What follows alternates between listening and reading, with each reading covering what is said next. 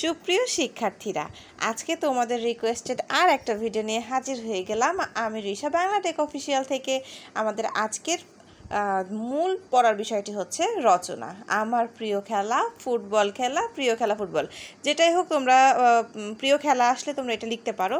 আমার চ্যানেলে আরও একটা ভিডিও দেওয়া ছিল, হয়তো বা তোমরা এটা বুঝতে পারোনি। সো ওকে ফাইন, চলো আমরা এটা পড়ে নিই।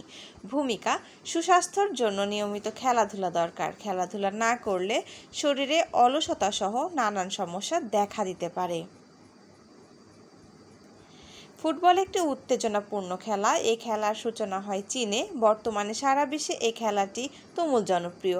আমারও প্রিয় খেলা ফুটবল। ফুটবল মাঠের বর্ণনা: সাধারণত একটি সমতল মাঠে ফুটবল খেলা হয়।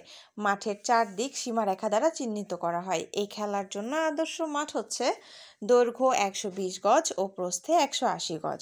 লম্বালম্বি দুই বিপরীত প্রান্তে দুটি গোল পোস্ট থাকে।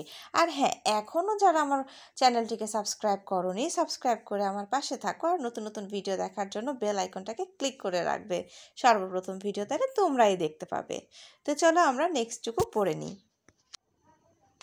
খেলার বর্ণনা: একটি বল মাঠের মাঝামাঝি স্থাপন করা হয়। দুটি দলের মধ্যে খেলা অনুষ্ঠিত হয়। প্রত্যেক দলে 11 জন খেলোয়াড় থাকে। গোলপোস্ট পাহারায় থাকে একজন গোলরক্ষক। মাঝখানে 10 মিনিট বিরতি ছাড়া 45 মিনিট করে মোট 90 মিনিট খেলা হয়। সময় শেষে যে দল গোল ব্যবধানে এগিয়ে যায় তারাই জয়ী হয়। পরিচালক: যিনি ফুটবল খেলা পরিচালনা করেন তাকে বলা হয় রেফারি। খেলার সব ব্যাপারে তার সিদ্ধান্তই চূড়ান্ত। খেলার নিয়মকানুন: ফুটবল খেলার কতগুলো নিয়ম আছে। গোলরক্ষক ছাড়া অন্য কেউ হাত দিয়ে বল ধরলে হ্যান্ডবল ধরা হয়। বল সীমানার বাইরে চলে গেলে আউট ধরা হয়। ফুটবল খেলা আমার প্রিয় হওয়ার কারণ: ফুটবল খুবই উত্তেজনাপূর্ণ খেলা এবং এই খেলার সময়কালও তুলনামূলক কম, তাই ফুটবল আমার প্রিয় খেলা। উপকারিতা: ফুটবল খেলা বেশ আনন্দদায়ক। এই খেলা স্বাস্থ্যের জন্য উপকারী। এতে দেহের সব অংশ উত্তমরূপে পরিচালিত হয় বলে অঙ্গ প্রত্যঙ্গগুলো সবল ও দৃঢ় হয়। অপকারিতা: খেলার মাঠে খেলোয়াড়রা কখনো কখনো মারাত্মক আঘাত পেয়ে থাকে।